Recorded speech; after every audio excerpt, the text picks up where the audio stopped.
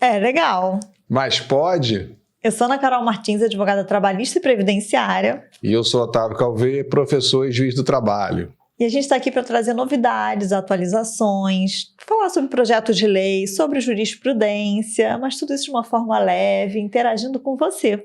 Conteúdo com simplicidade, mas sempre com aquela polêmica gostosa, né, Carol? Porque senão não tem graça, né?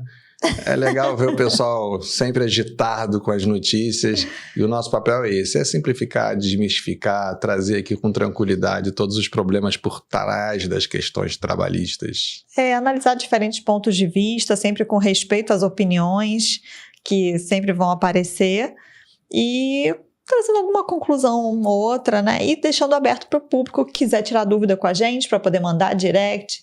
Manda sua questão, a gente vai respondendo vocês aos poucos. E fazendo aquele favor de dar o like, seguir o nosso canal, seguir nossas redes sociais, que é importante para a gente poder ir divulgando o conteúdo.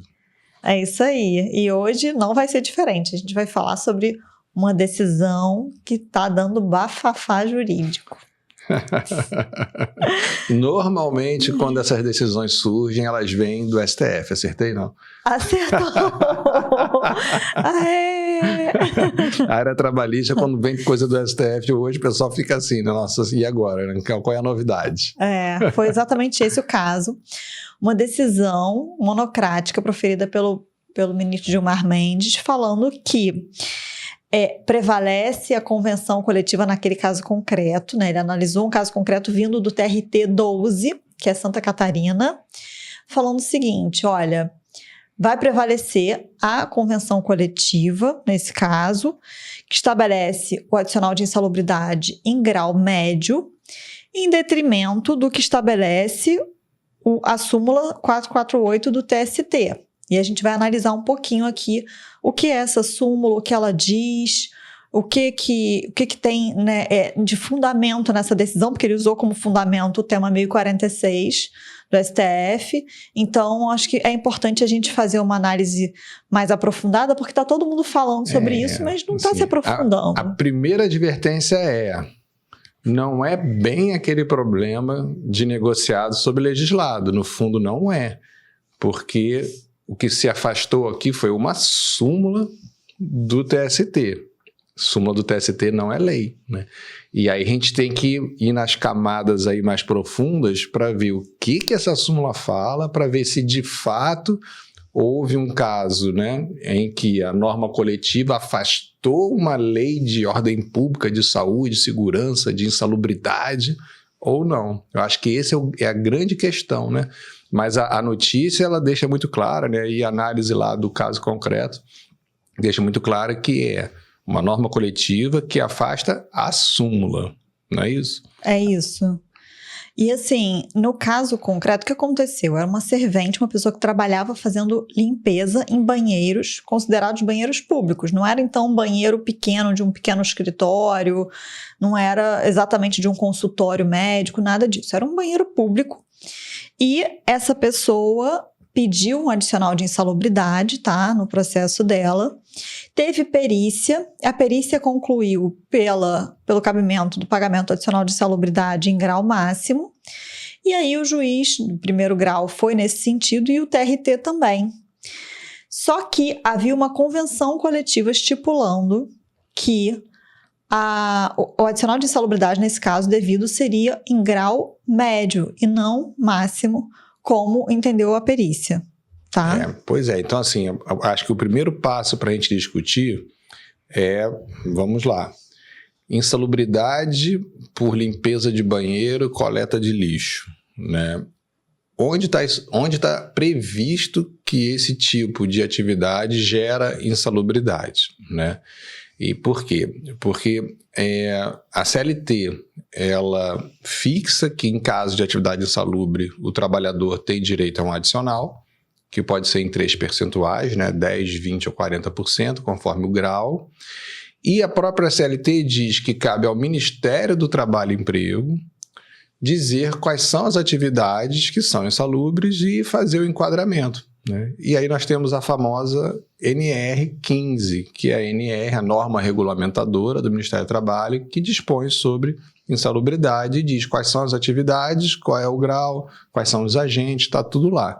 Então não é uma questão, a rigor, de muita interpretação jurídica, é uma questão técnica. Tanto que para o juiz deferir a insalubridade ou indeferir, tem que fazer perícia técnica com um médico ou engenheiro do trabalho que vai ter essa capacidade técnica de dizer se a atividade enquadra ou não ali, né? Então é uma atividade assim, digamos, mais literal, né? Não é tanto de interpretação de dúvida jurídica, né? É mais literal porque tem que estar enquadrado ou não, né? Acho que esse é o primeiro passo, né? E aí, a NR15, que trata de insalubridade, tem vários anexos. O anexo que dá suporte a esse tipo de pedido é o anexo 14, que fala de lixo urbano. E aí que vem o problema. Porque a NR15, o anexo 14, quando fala de lixo urbano, ela é muito singela. Ela diz que a insalubridade em grau máximo, aí tem lá, lixo urbano, entre parênteses, coleta e industrialização. Ponto, né? E aí, em cima disso, que começou a problemática do entendimento do TST, né? E aí veio uma súmula para, em tese, pacificar a questão, mas eu não sei ainda se ficou pacificada. Não tem nada pacificado. Porque a história dessa súmula é que primeiro tinha uma OJ, né, uma orientação jurisprudencial, que dizia que quando era coleta de lixo em escritórios e residências, aí não tem insalubridade. E aí o povo começou a arguir o seguinte, mas espera lá, uma coisa é escritório, residência, outra coisa é banheiro público, numa rodoviária, num shopping, numa empresa de grande circulação, né? E foi aí que começou a divergência no TST, que findou por entender pela súmula 448, item 2, né? Tem o texto dela aí? Tem, vamos falar o seguinte, o texto dela fala aqui, no item 1, né, para que o empregado tenha direito ao adicional de insalubridade, não basta a constatação por um laudo pericial, né, sendo necessária que essa atividade insalubre esteja, como você mesmo acabou de explicar, numa relação oficial elaborada pelo Ministério do Trabalho e Emprego, e no item 2 da súmula 448, ela fala o quê? Que a higienização de instalações sanitárias de uso público ou coletivo de grande circulação enseja o pagamento de adicional de insalubridade em grau máximo, conforme aí faz a menção ao anexo 14 da NR15. Só que toda vez que a gente fala, o que seria diferente, ele faz uma diferenciação entre os residência, escritório e grande circulação. Exatamente. E aí, o que é grande circulação, uso público e coletivo? Aí que vem o problema. O que é grande circulação? O que é uso público coletivo? Uso público coletivo, a gente tem uma ideia de que é aberto para todo mundo, né? Ou aberto por um grande contingente de pessoas, tipo, sei lá, um prédio que tem uma empresa. Todo mundo da empresa pode usar os banheiros. Mas aí perceberam já como fica vago, né? Como é que eu vou estipular a partir de que momento é grande circulação? São quantas pessoas usando o banheiro por dia? Não tem nenhum lugar isso, não tem. Então, assim, inclusive é uma reclamação constante do setor patronal de asseio e conservação, essa insegurança. Porque eles mesmos não sabem em que locais vai ter que colocar adicional, em quais locais não precisa do adicional de salubridade, porque não tem uma definição precisa, né? E aí fica essa questão no ar. Então, e aí depende de perícia. Pois é, aí as pessoas vêm pedindo ação, aliás, tem muita ação hoje em dia pedindo insalubridade por esse motivo, isso aumentou muito, né? Principalmente depois da súmula, mas hoje em dia tem bastante, porque também tem um outro aspecto aí processual que é relevante. Hoje a perícia é paga ao final pela parte sucumbente. Se a parte sucumbente tiver gratuidade, quem paga é a União. Então, digamos assim, essa facilidade do acesso a uma perícia, como sempre acontece em qualquer ramo do judiciário, não é uma coisa só trabalhista, né? Quanto mais facilidade de acesso, mais explodem as demandas, mais explodem os pedidos, porque é fácil pedir. Tem um lado bom, né, que, poxa, todo mundo tem acesso. Tem um lado ruim, porque a lei de abarrotar encarece, né? Porque uma coisa é muito importante a gente deixar sempre frisado, né? Gratuidade mesmo não existe. Alguém paga a conta. Nesse caso, todos nós, porque é dinheiro público para pagar as perícias quando não constata a insalubridade e o trabalhador tem gratuidade, o que tem sido muito comum, né? Então, assim, quando você vai fazer a perícia, você fica meio que ao sabor ali do perito, né? O perito é que vai no local e vai dar aquele laudo que vai dizer se enquadra, se não enquadra, e fica uma margem ali de dúvida, de fato, né? Uhum. Agora, o magistrado, ele se sente obrigado a concluir da forma como o perito concluiu o laudo dele? Porque... Não. Obrigado não, mas eu tô lá no gabinete. O perito, que é da minha confiança, foi lá no local, fez as medições todas, investigou tudo e chega à conclusão, é mais comum eu concordar com ele, né? Eu confio nele, ele fez os meus olhos lá com a técnica, então é difícil eu não concordar com o perito, né? Já aconteceu, né? Já aconteceu de julgar diferente da conclusão do perito, mas digamos que não é o comum, né? Tá.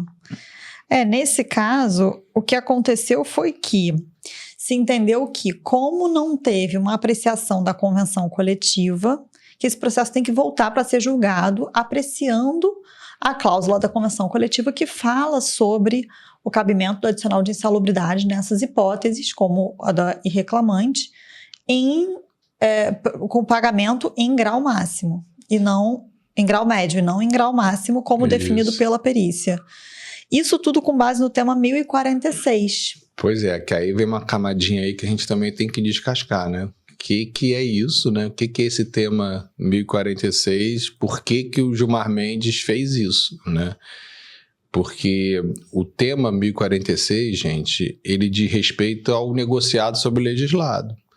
Decisão vinculante do STF no sentido de que o negociado vale com o seguinte limite, né? Direitos absolutamente indisponíveis. Então, se estamos tratando de direitos absolutamente indisponíveis, o negociado não pode mexer, o negociado não pode mudar, o negociado não pode ter isso como conteúdo, né? E aí é que veio a grande perplexidade, né? Porque a matéria é insalubridade. E insalubridade, em regra, é uma matéria ligada à saúde, segurança, matéria de ordem pública, direito absolutamente indisponível. Então, assim, a primeira impressão que a gente tem é não pode negociar sobre esse tema. Porém, todavia, entretanto... Hoje dá para fazer meio que filme de suspense, né? Porque tem sempre uma vírgula, né? Então...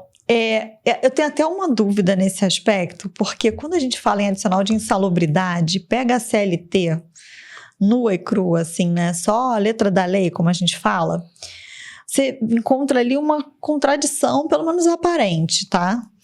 Que tá nos artigos 611b, inciso 17, e versus o 611a, no inciso 12. Por quê? Aparentemente, como é que fica a redação de ambos os dispositivos? O 611b, ele fala que é objeto ilícito de acordo e convenção coletiva a negociação, a supressão ou a redução, né, de normas de saúde, higiene e segurança do trabalho. Ao passo que o 611a-12 fala o quê? Que estão autorizados os acordos e as convenções coletivas sobre enquadramento, a dispor sobre enquadramento do grau de insalubridade. Então, assim, pode ou não pode, né? E aí fica Eu acho dúvida. Assim, ó, toda vez que a gente tem assim, essas contradições, ou pelo menos essas aparências de contradição, o que o intérprete tem que fazer? E de forma assim, aí o intérprete tem que ser muito isento, sabe? Você tem que tirar toda a sua ideologia, a sua subjetividade e tentar pensar o seguinte: quais são as interpretações possíveis?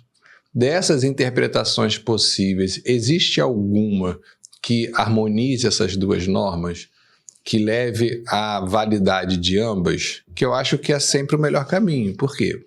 Passou no parlamento, passou lá em várias comissões, Comissão de Constituição e Justiça, depois foi debate público, isso tudo foi aprovado, foi ao presidente da República, o presidente não vetou. Então, assim, eu sempre parto da presunção de constitucionalidade e de validade das normas, né? É lógico que se a gente percebe que todo mundo ali, né, não viu a inconstitucionalidade, não viu a invalidade, ok, o juiz vai, no caso concreto, para aquelas pessoas envolvidas, fazer a sua interpretação. Mas eu acho que a gente tem sempre que buscar uma interpretação que salve as normas, né? Porque, afinal de contas, está aí, né? Passou por esse procedimento todo. Então, o que eu acho? Como é que a gente pode interpretar de forma harmônica, né? A regra do 611B é clara. Eu não posso negociar norma de saúde, segurança e higiene.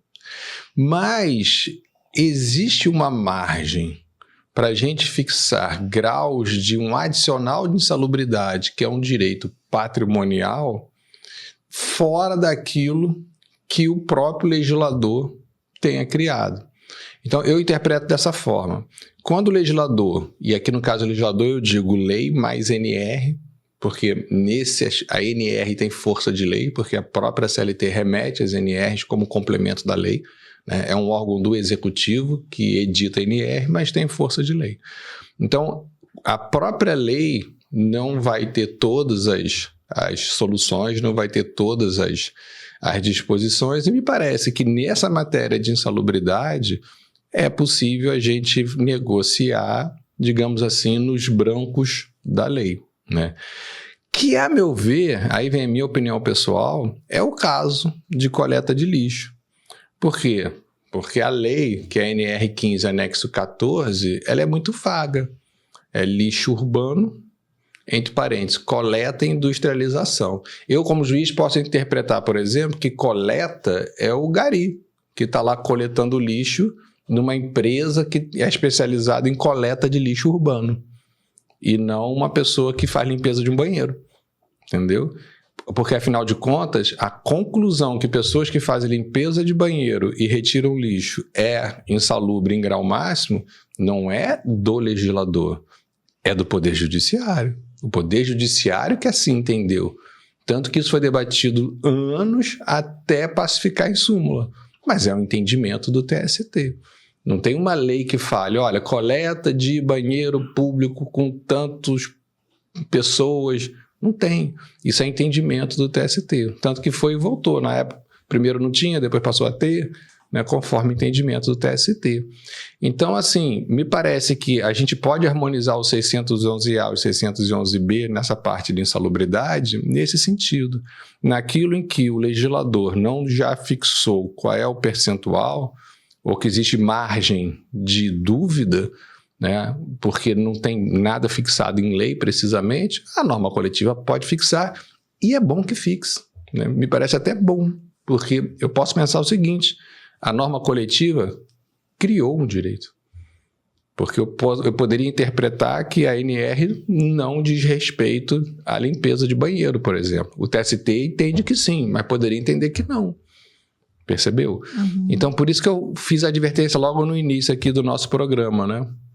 A rigor, você pode entender que essa decisão do Gilmar não é bem a gente afastar uma lei de ordem pública privilegiando uma norma coletiva. É afastar um entendimento do TST em cima de uma interpretação de lei que não é clara. Então, assim, por isso que eu falei que tem camadas aí para a gente explorar, né? Uhum. Então, me parece que o 611A da insalubridade e o 611B da norma de saúde, segurança e higiene, eu acho que a gente harmoniza assim, né? E acho que essa questão do lixo é um bom exemplo, inclusive. Eu acho que a norma coletiva poderia até fixar critérios. O que é coleta de grande circulação? Isso acabaria com qualquer dúvida, né? Seria ótimo, né? Uhum. Seria tantos usuários de banheiro por hora, alguma coisa assim. Uhum. Né? Se tivesse uma norma coletiva assim, seria ótimo, porque eu não estou contrariando a decisão do TST, eu estou só fixando critério para a gente saber o que é, porque do jeito que está hoje é cada perito, né? Uhum. E cada juiz. Pois é, agora eu não sei, o que ainda me deixa um ponto de dúvida é a questão da adequação setorial negociada. Tem gente que diz que morreu a adequação setorial negociada Mataram depois da reforma trabalhista. Foi assassinada. Gente. O que explicaria muita coisa, né? Que a gente não consegue entender hoje, né? Mas tem discussão nesse sentido, se esse princípio continua, né? Mas na verdade continua. O próprio STF, quando fixou o tema 1046, fala sobre isso. Ele fala sobre isso. E aí vamos reproduzir aqui, olha, são constitucionais os acordos e convenções coletivas que, ao considerarem a adequação setorial negociada, pactuam limitações ou afastamento de direitos trabalhistas, independentemente da explicitação especificada de vantagens compensatórias, desde que respeitados os direitos absolutamente indisponíveis. Então, ele faz uma referência à adequação setorial negociada, que é um dos princípios mais importantes do direito coletivo. Foi um termo que eu acho que foi batizado assim pelo ministro Maurício Godinho Delgado. Foi no livro dele, né? Até a professora Wólia Bonfim, no livro dela, já fala no princípio da liberdade de negociação coletiva, né? Uhum. Agora, normas coletivas, elas podem se contrapor às normas estatais? Sim ou não? E em que medida? É isso sobre o que versa esse princípio, né? Porque assim, a adequação setorial negociada, ela tem dois momentos, né? Pré-reforma trabalhista e pós-reforma trabalhista, né? Pré-reforma trabalhista era muito fácil de entender. A ideia era basicamente o seguinte: você pode fazer negociação para melhorar os direitos trabalhistas. Setorialmente, em cada categoria, você adequa para, além do que está na lei, você ir mais. Então, aumentar intervalo, aumentar a hora extra, aumentar descansos, essa que era a ideia, de você setorialmente ir adequando para mais direitos, né? Isso pré-reforma trabalhista. Pós-reforma trabalhista, a adequação setorial negociada formulada pelo ministro Godinho na obra dele tem que ser revista. Por conta do 611B? Por conta do 611B e 611A e a decisão do Supremo. Porque a adequação setorial negociada não é mais só agregar mais e mais direitos para a categoria. É adequar mesmo. Uhum. É fazer uma escolha. Em determinados temas, a lei é absolutamente disponível, os direitos ali previstos, aquilo a gente não pode mexer.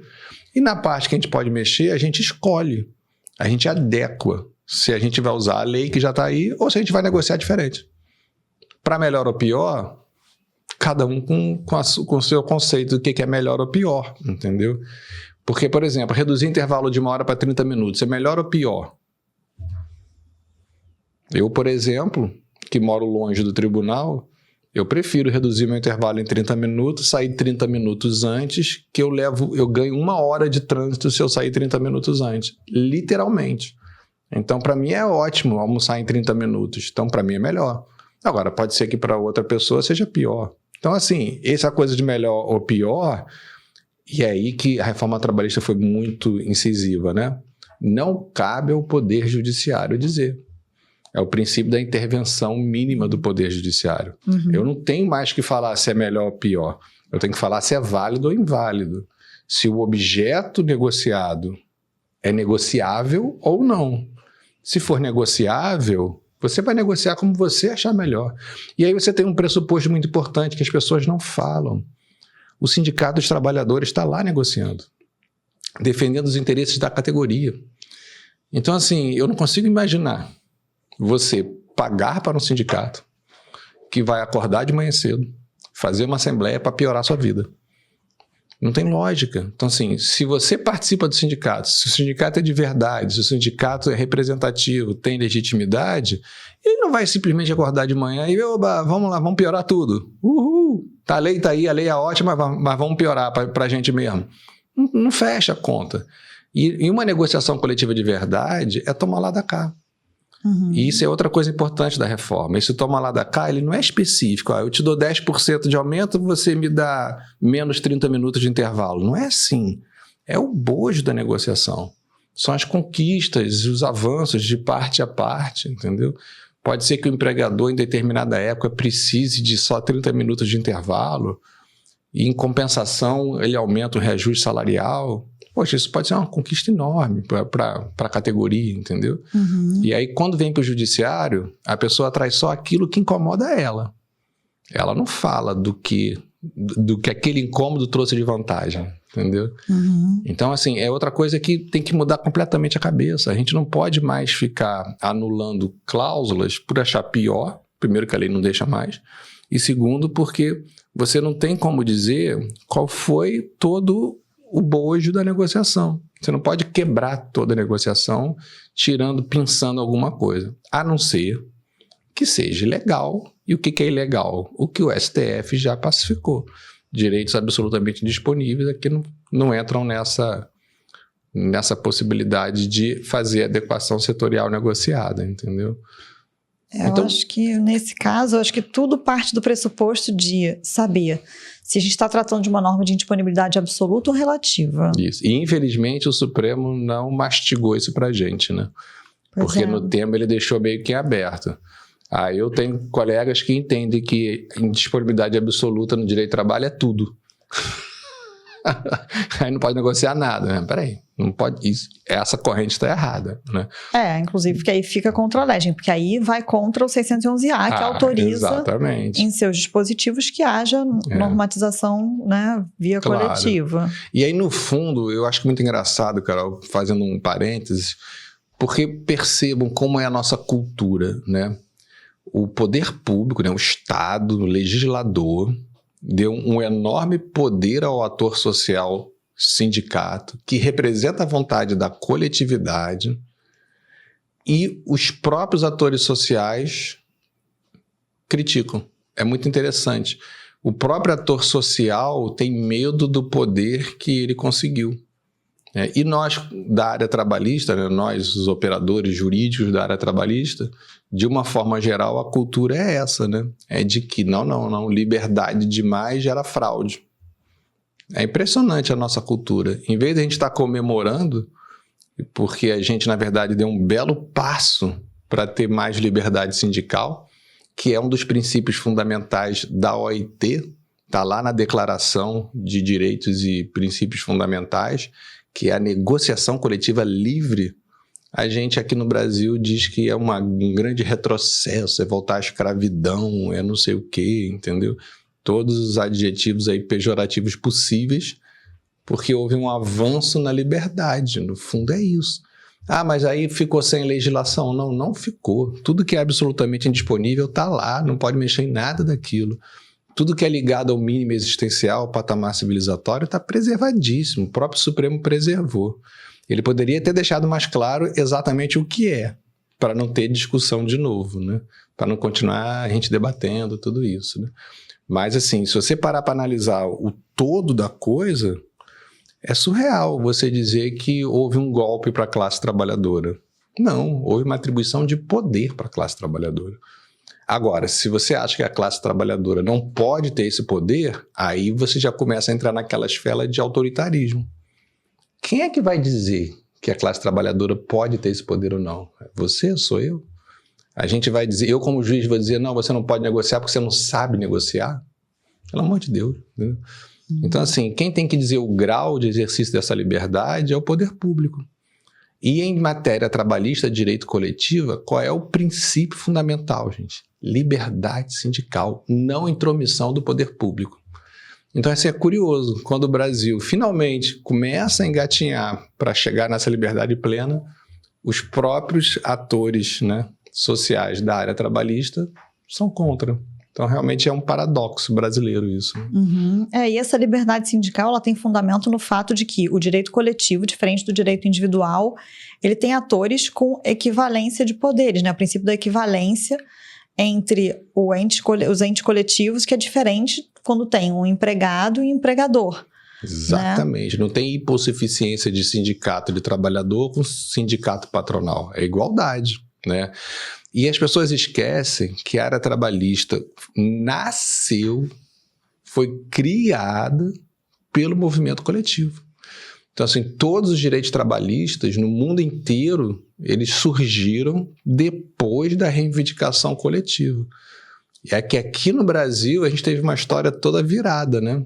A história do Brasil trabalhista ela é meio que ao inverso, assim, porque a gente tinha a escravidão até 1888, depois disso a gente teve imigração europeia de trabalhadores, né?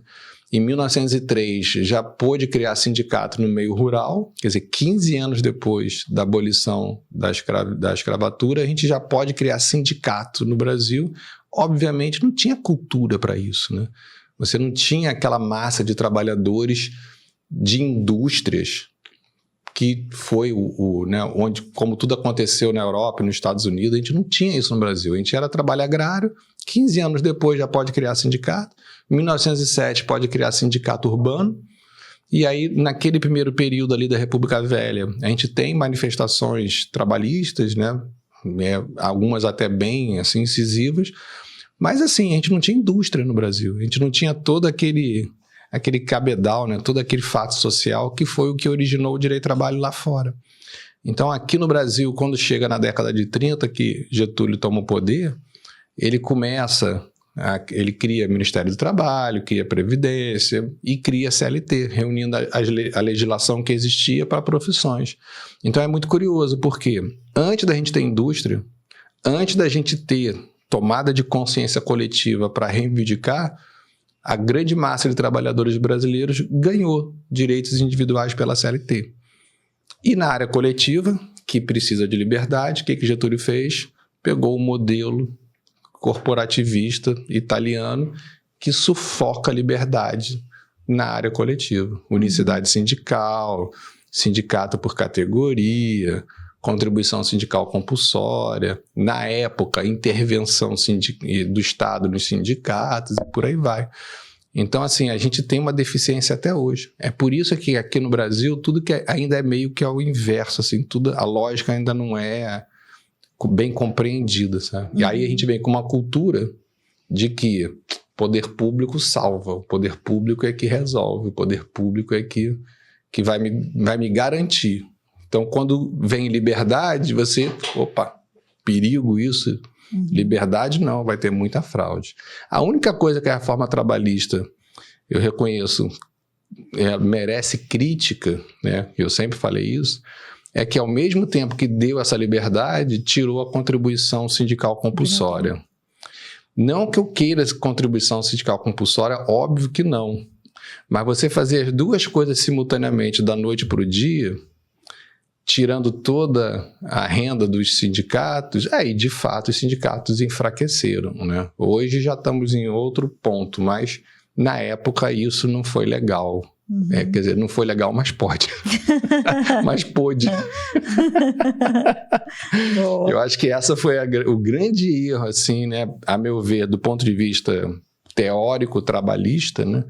Eu acho que o fim da contribuição compulsória deveria ter sido em doses homeopáticas, para os sindicatos irem se reagrupando e né, buscando novas fontes de renda para não dar esse vácuo, né? Mas aí é história, né, gente? Aí foi como aconteceu, não é inconstitucional, o Supremo também já decidiu sobre isso, e foi o fato social. Sobre essa questão da liberdade sindical, eu li um artigo até bem interessante falando sobre o negociado sobre o legislado, o caminho da liberdade sindical, um livro chamado Ilusionismo Trabalhista, professor Otávio Torres Calvé, então super recomendo. Poxa, e eu esqueci, podia ter trazido o livro, né, para mostrar aqui, mas na próxima eu trago. Um livro bem interessante, uma leitura bem leve, com vários artigos, com pontos de vista interessantes para a gente refletir. Eu acho que o pessoal tem que entender desse livro o objetivo é provocar reflexão, provocar debate, né? São os meus pontos de vista ali, alguns muito polêmicos, né, Carol? Alguns artigos com uma linguagem bem ácida, assim, mas o grande objetivo é construir uma justiça do trabalho melhor, uma área trabalhista melhor. Eu penso que estou dando aqui minha contribuição, né? Mas se você quiser falar bem ou falar mal antes, você vai ter que comprar o livro.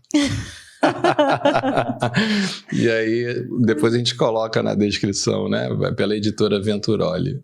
Isso aí. Mas você começou falando que, para você, esse caso que a gente está trazendo aqui não tem a ver com negociado sobre o legislado. Eu acho que não, porque ele tem a ver com negociado com entendimento do TST, e não com lei. Não tem uma lei falando assim, quem coleta lixo em banheiro público com tantas pessoas tem direito à insalubridade em grau máximo.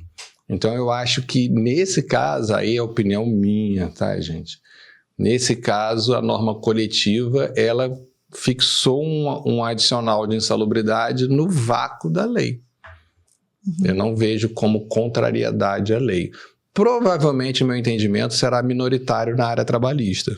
Não porque eu já esteja acostumado a isso, mas é por quê? Porque o pessoal vai achar que o entendimento do TST já reconhece que a lei fixa em insalubridade em grau máximo. Mas se você olhar os acórdãos que deram origem à súmula 448, item 2, você vai ver que ninguém diz qual é essa grande circulação, a partir de que momento, quantas pessoas, como que eu fixo isso. E uma coisa que você tem que tomar cuidado. Tem súmula, e você quer usar essa súmula, ou quer criticar a súmula, você tem que ler os acórdãos que deram origem à súmula. Porque a súmula é só um extrato do entendimento. A razão de decidir mesmo, você vai tirar dos acórdãos que deram origem. Né? E os acórdãos que deram origem, a razão de decidir é basicamente isso. É diferente de escritório e residência. Porque é de grande circulação, é público e notório que é muita gente, que é lixo urbano e que é 40%. É isso. Entendeu? Então, eu não acho que tenha lei garantindo. Por isso que eu acho que aqui não é o caso de afrontar a lei de ordem pública em matéria de saúde, segurança e higiene. E aí o processo provavelmente vai voltar para o tribunal apreciar. Isso, aí o tribunal provavelmente vai dizer que a norma coletiva é válida, né? Porque, pelo que eu entendi, o Gilmar já disse que é válido, né? Que tem que julgar conforme a norma coletiva. E vai julgar improcedente, né? Vai mandar aplicar imagino eu, né? Assim, estou fazendo aqui um exercício de futurologia, mas se é isso, né? Se a norma coletiva é válida, então tem que julgar de acordo com a norma, né? E aí vai reduzir o adicional que antes tinha sido concedido em grau máximo, com base na perícia, para uma concessão de grau. É o que dá a impressão pelo que foi noticiado, né? Agora, uma questão também, quando fala em adequação setorial negociada, esse setorial, ele não diz respeito a um setor de normas específico? Ele é genérico em relação a toda a norma? Porque quando você estava aí fazendo uma reflexão, né, sobre o que importa não é trocar o 10 por 10% de aumento salarial ou de redução salarial pelos 30 minutos que a pessoa vai passar a ter de intervalo em vez de 1 hora. Você acha que não necessariamente tem que haver uma apreciação de cláusulas por matéria de direito? Que tem que ser... A apreciação tem que ser do documento como um todo, é isso?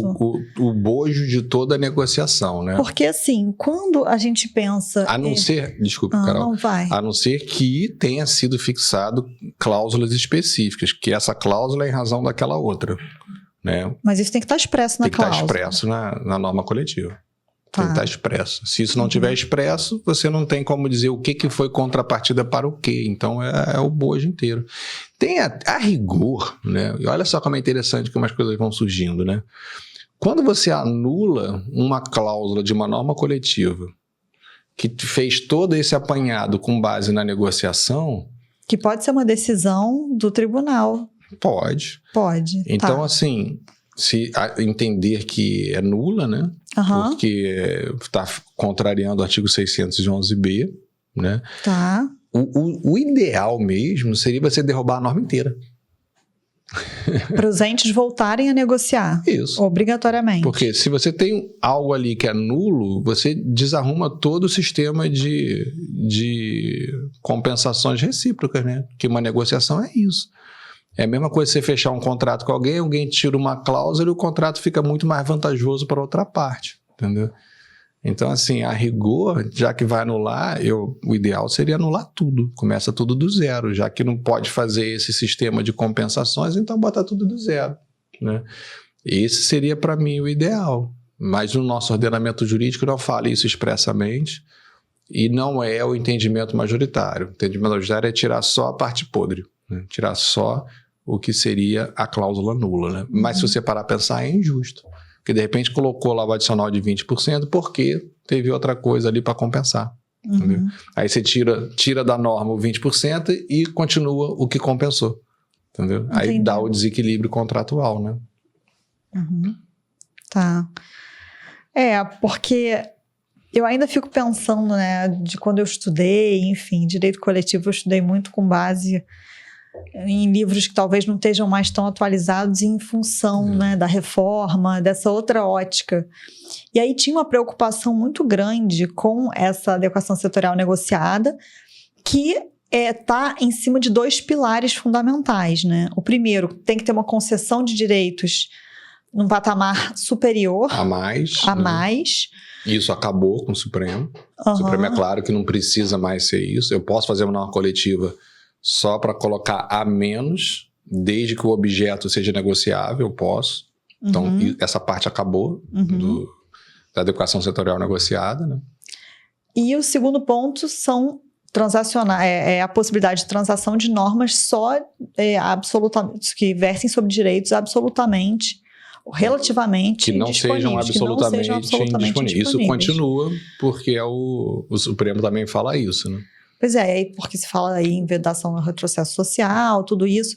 Mas, e aí também fica, a gente falando de princípio, eu acho que direito coletivo, ele fala muito de princípios. E trazer princípios é sempre falar um pouco sobre o abstrato, né? A parte mais difícil do direito, na minha opinião, porque você pode usar um princípio para embasar qualquer decisão. É a discussão do aborto, né? Os dois lados alegam dignidade da pessoa humana. Sim, os dois lados. Verdade. E aí, qual dignidade, qual a interpretação da dignidade vai prevalecer, entendeu? E hoje, falar sobre norma de indisponibilidade relativa ou absoluta com 611, eu acho que ficou mais complicado.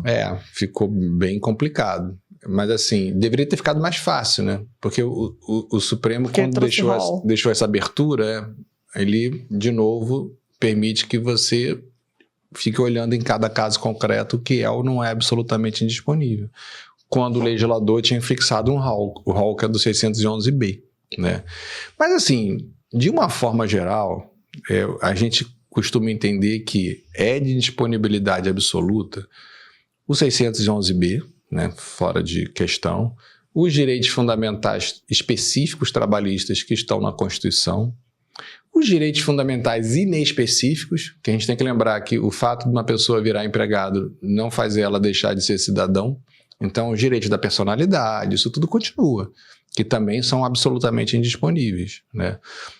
Os direitos previstos nas convenções da OIT, que é entendimento pacificado, que a matéria é de direitos humanos, então também de a indisponibilidade absoluta. E aí que vem a parte mais difícil, o que está na legislação, que o entendimento majoritário seria tema de saúde, segurança e higiene, menos duração do trabalho. Porque a duração do trabalho, o próprio legislador diz que, apesar de ser norma, né, apesar de ter essa categoria, pode haver flexibilização ali.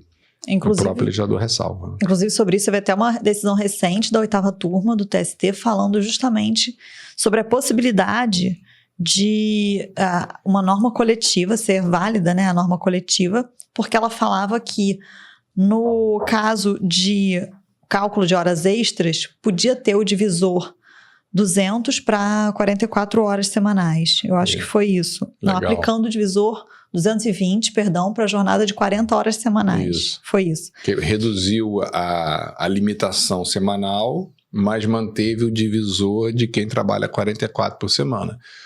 Que é ruim, né? Porque você acaba reduzindo o valor da hora extra, né?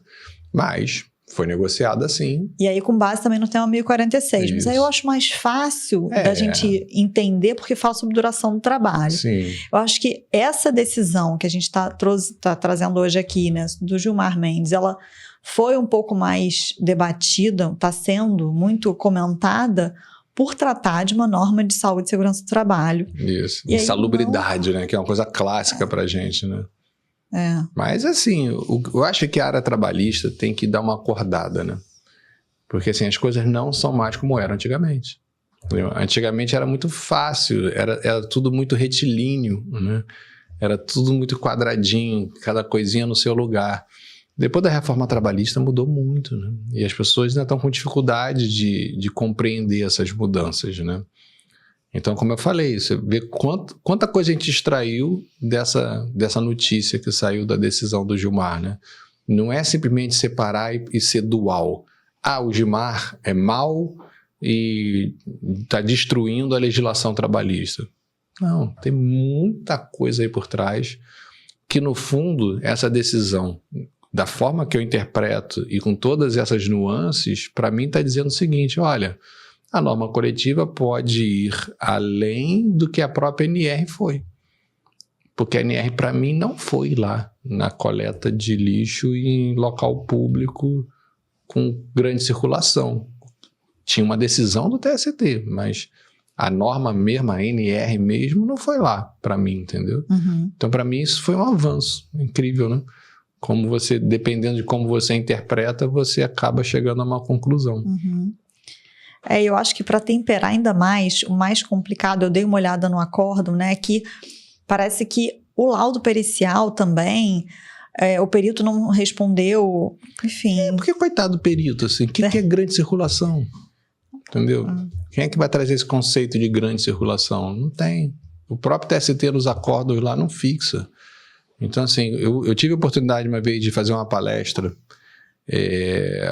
para um sindicato patronal da área de asseio e conservação, e eu me lembro que várias perguntas foram essas. Como saber em que momento a gente tem que dar o adicional de salubridade? Eu falei, não sei, depende do perito. Eu mesmo não tenho. Eu não tenho um conceito como juiz do que é grande circulação. Tem, aí vai depender muito do caso concreto. E aí, dependendo do caso concreto, insegurança jurídica. A insegurança jurídica não é bom para ninguém. É melhor uma norma coletiva fixando. Entendeu? Insegurança jurídica não pode, né, Otávio? Não é legal e, infelizmente, né, tá aí, né, instalada na nossa vida, né? Tá? A gente está numa fase, assim, muito difícil de ter, assim, previsões, né, de decisões no Poder Judiciário. Está muito difícil. Orientar como advogado também não é nada fácil. Né, tentar fazer esse compliance que o pessoal fala, que é o preventivo, que é orientar, conversar com os empregadores, orientar os empregados se eles fazem juizão direito ou não, e aí entrar na justiça, vale a pena, não vale. Não é simples nesse momento. E não é bom para ninguém, né? Porque, assim, primeiro, que, assim, se tiver insalubridade, o empregador já coloca isso na conta. Normalmente, por exemplo, eles são serviço terceirizado, né? Uhum. Então, assim, bota na conta e vai cobrar do cliente. Olha, você quer que eu limpe o banheiro? Tá, tem mais 40% ou mais 20%, porque tem isso, né? E aí, pronto, bota na conta lá, você me contrata ou não me contrata. Um dos grandes, né, problemas da nossa área é o custo retroativo, né? Que é aquela surpresinha, é o Kinder Ovo que vem na reclamação trabalhista, né? Que vem a surpresinha e você vem com custo trabalhista retroativo, que nem sempre, gente, é porque o empregador é mau e está descumprindo a lei. Não, é porque tem muita brecha, é muita coisa. Olha só quanta coisa a gente extraiu de um caso, né, que apareceu na mídia. E, coitado, se coloca agora no lugar do médio empresário, do pequeno empresário. Como é que ele vai ter todas essas informações para calcular o risco dele, né? É complexo. Então, assim, a gente tem que pensar também no poder das normas coletivas como um grande instrumento para a segurança jurídica. Porque Gilmar está deixando claro, vale mais do que a lei, né? Então, assim, você tem mais segurança hoje em norma coletiva do que em lei. Porque lei, qualquer juiz pode dizer que é inconstitucional e afastar. Norma coletiva, não. Norma coletiva só se o conteúdo afrontar direito absolutamente indisponível. Fora isso, né, vale. A regra vai ser essa, né? Eu acho que a norma coletiva ela traz a possibilidade que os atores sociais eles versem sobre o caso concreto. Traz pacificação, traz harmonia, né? Eles chegam ao acordo, é aquilo ali, entendeu?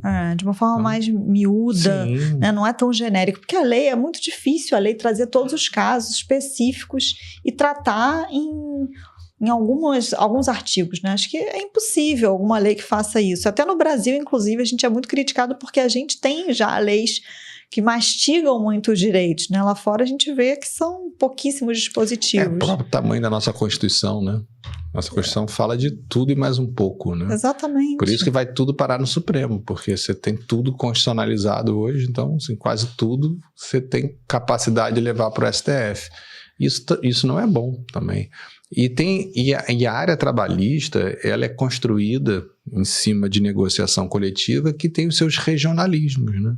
Tem as suas questões regionais, tem a capacidade econômica da região, o que o empregador pode suportar naquela região é diferente de outra, né? Então a gente não tem uma cultura assim de valorizar e preservar. A nossa cultura é de atropelar, né? Segundo o meu entendimento, e você vai lá atropelando e você deixa todo esse arcabouço de fora, né?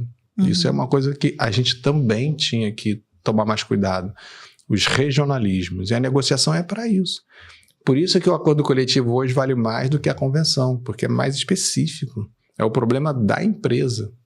A convenção é o problema da categoria como um todo, mas o acordo é da empresa. Então, quanto mais especializado pela vontade deles, melhor, né? Mais paz, mais harmonia. Então, com o tema 1046 do STF, você entende que o ideal é as empresas estarem cada vez mais abertas para negociar coletivamente. Eu acho que quanto mais você se afastar do Estado e conseguir se autorregulamentar, mais segurança você vai ter.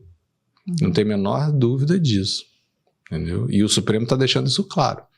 Então, faça a sua autorregulamentação, que é bom para ambos, né? Porque harmoniza, traz paz, e o Poder Judiciário, para anular aquilo ali, vai ter que rebolar, porque é intervenção mínima, né?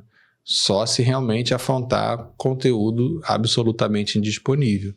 Então, eu acho que as pessoas ainda não perceberam isso também, né? Hoje, a segurança jurídica é muito maior com norma coletiva. Tá, então ficou aí a dica do magistrado Otávio Calvé. E os advogados se especializam em negociação, em atuação sindical, atuação em negociação coletiva. Esse é um campo maravilhoso para atuação também, né? Com certeza, com certeza.